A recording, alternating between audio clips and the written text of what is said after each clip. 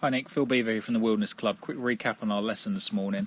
So if we run through your swing here, first thing is the takeaway. It's getting a bit rolly. We can see that right hand's just rolling inside, and then we get halfway back where the left arm's horizontal to the floor. The set is very low and flat. You can see the club head is way behind you. I want to get the club head a bit more like this guy here. As you take it away, it stays more in front of you. Now you've got to be careful with that. I don't want to see the arm starting to go away from you. You can see this here. I don't want to see that go away. If we draw a line on his hand path there, you'll see his hand stay inside that line as he goes back and keeps the club head outside.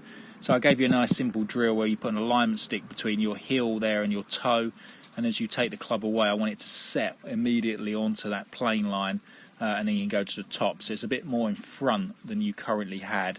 That'll make a massive difference in ball contact, strike and flight. Top of the swing's a little bit deep and flat here purely because of that. That will get better, that will get a little bit more upright, but club head is in a good position, to be fair. Next thing you need to tidy up, okay, is your positioning through impact. So we can see we're drawing a line here on your bottom. As you start down, the very first move is moving forward, so your pelvis is just moving into it slightly. This is where them toe strikes come from, so you're losing room coming into the ball, even though the plane of the shaft is terrific. It's above the right forearm, club face is great, club head now is absolutely perfect. I mean, you can't fault any of this apart from just moving into it.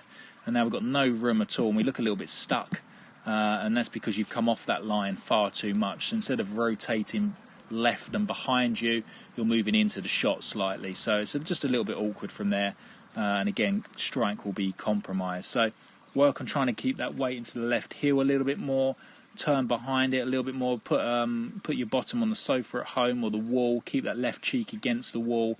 It's just trying to screw that weight into there. I mean, we put a alignment stick in the floor, pointing at your backside, sorry, get rid of that line there, and you fixed it straight away. So we didn't spend long on the range because you're very quick at understanding what you need to work on and tidy up for me.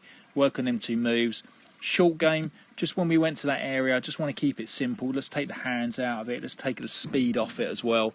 I want the speed to be consistent. I don't want any added speed in the swing. I want no set in the wrists, really wooden. And if you want to change the flight, move the ball up and down the feet line. You know, ball forwards comes out nice and soft. Ball middle is sort of a middle trappy flight.